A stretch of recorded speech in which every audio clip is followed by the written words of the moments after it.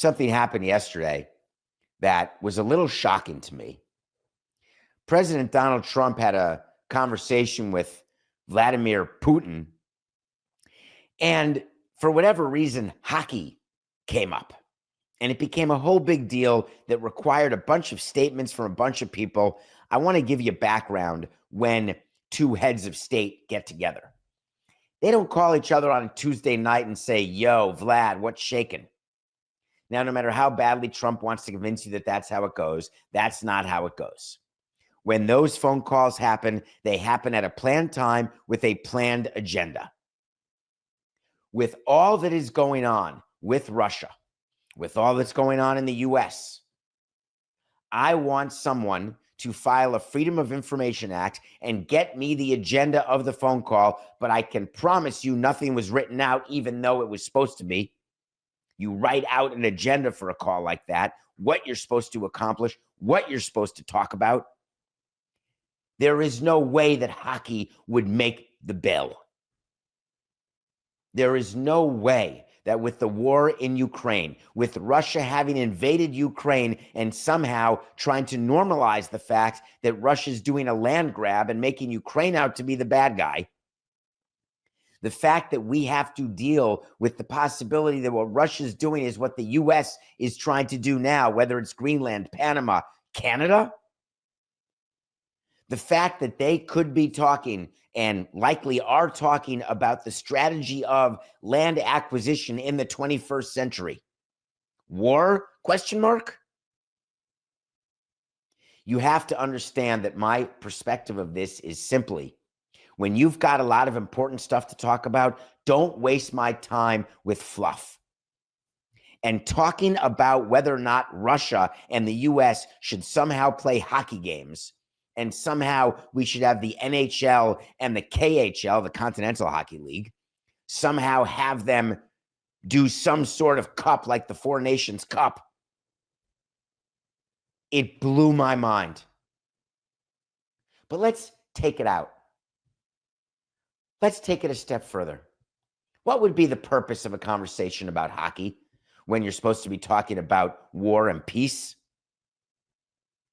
You could be talking about megalomania. You could be talking about doing the right thing, cutting government spending. You could be talking about all sorts of things. You could be talking about false imprisonment. You could be talking about any sort of major global subject that would be worthy of two superpowers. But no, let's discuss hockey matches. The Russian government actually wanted us to know that Trump and Putin discussed hockey matches. The NHL, of course, when faced with this information, had to release a statement. And the statement they released is, we have just become aware of the conversation between President Trump and President Putin. Obviously, we were not a party to those discussions, and it would be inappropriate for us to comment at this time. Fair. I'll comment at this time. When the government is doing something on behalf of the private sector, and that is very common, to have worldwide diplomacy in that regard. You do it in conjunction with the private sector. Are you suggesting that hockey was on the agenda for a conversation between Trump and Putin, and yet no one spoke to Gary Bettman that that was going to be a conversation? I find that to be hard to believe. Is it possible that they were talking about Ovechkin, and Putin was talking about how great Ovechkin is, and Trump was saying, man, he's 8 goals away from passing Gretzky. Hey, do you want to come to the game? Hey, speaking of coming to the game, why don't we play each other more? Hey, that was organic. We didn't need to put that on the agenda, did we? You understand where my head is. It is incredulous. The NHL, of course, is going to stay so far away from this. As a matter of fact, keep in mind the NHL, they're the ones who did not have Russia in the Four Nations Cup. They're the ones whose relationship with the KHL got suspended after Russia invaded Ukraine back in 2022.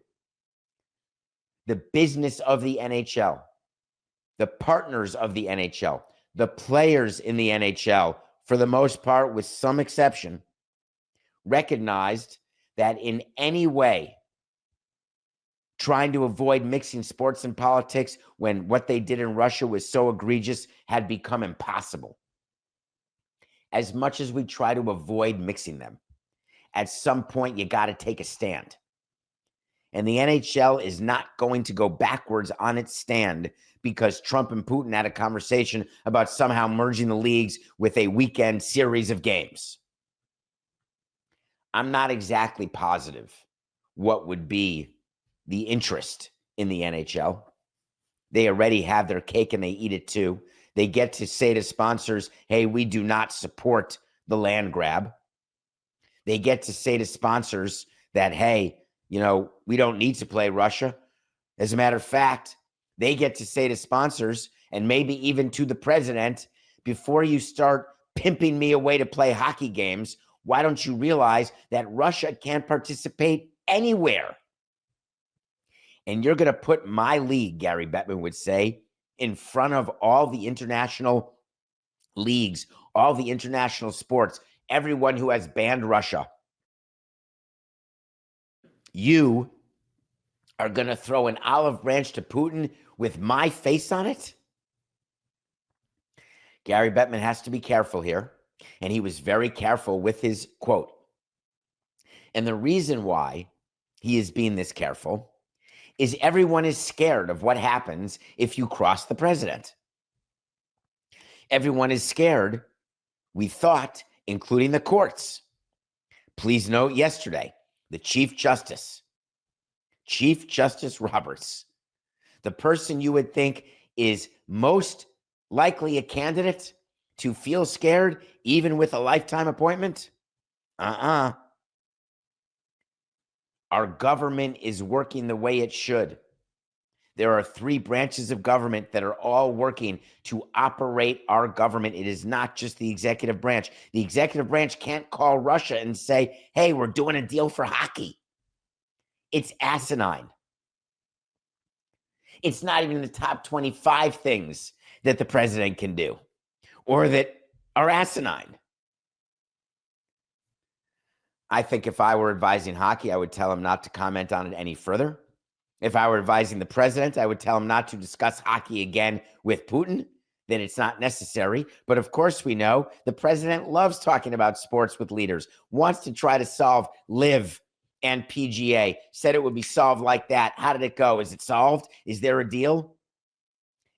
Forget Middle East peace. We can figure out how to get PGA and LIV unified. Forget ending the war in Ukraine. Let's figure out how to get Russia back in business with the NHL. Think about it.